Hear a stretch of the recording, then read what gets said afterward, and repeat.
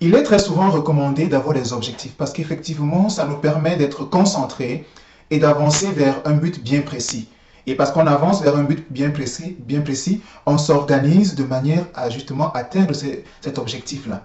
Mais qu'est-ce qui est important lorsqu'on a un objectif à atteindre? Est-ce que c'est le résultat que l'on atteint ou alors c'est autre chose? Moi, je pense que, outre le résultat que l'on atteint, il y a quelque chose de plus fondamental encore qui effectivement forme l'essence même des objectifs que l'on se fixe. Moi, je crois que le plus important dans la fixation de ces objectifs, ce n'est pas ce que l'on obtient après un certain temps, mais c'est la personne que l'on devient. Parce que je pense qu'il y a trois catégories d'objectifs.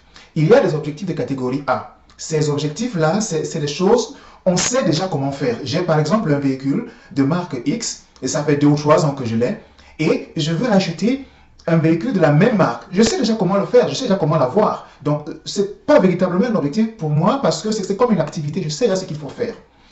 Une deuxième catégorie pourrait être la catégorie B. Là, on fait allusion à des objectifs. On croit savoir quoi faire pour arriver. On se dit, ok, si je me fixe tel objectif et que je rencontre X, Y ou Z, ou je fais ci, ou je fais ça, alors je vais y arriver. Également, tout comme dans l'objectif A, de catégorie A, ces objectifs ne nous challengent pas véritablement. Okay? Ça ressemble beaucoup plus à des activités que l'on mène. Maintenant, on a des objectifs de catégorie C.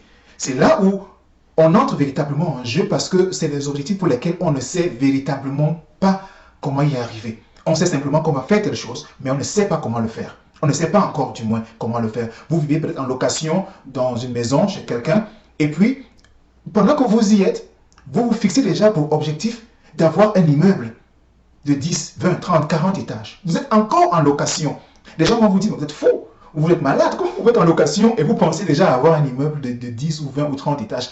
Voilà un objectif qui vous challenge. Voilà un objectif qui vous fait sortir de votre zone de confort. Voilà un objectif qui met en branle votre imagination. Et c'est quand on met son imagination en marche que véritablement on crée des choses. Donc pour moi, je ne suis pas en train de dire que les objectifs de catégorie A ou B n'ont pas leur place, mais je veux simplement dire que lorsqu'on pense aux objectifs que l'on veut réaliser, si on veut véritablement parler d'objectifs, il faudrait beaucoup plus tendre vers les objectifs de catégorie C, parce que ce sont ces objectifs qui nous permettent de mieux nous développer, de devenir une meilleure version de nous-mêmes. Parce que souvenez-vous, le plus important n'est pas ce que l'on reçoit à la fin, mais la personne que l'on devient. Parce que même si vous perdez ce que vous avez obtenu dans le processus, vous restez donc suffisamment compétent pour reprendre le même processus et atteindre ce résultat. C'est pour ça que la personne que l'on devient dans le processus, mais pendant le processus, est suffisamment important. Alors voilà ce que j'ai voulu partager avec vous aujourd'hui au sujet des objectifs. J'espère que ça vous a aidé. Au revoir et à très bientôt.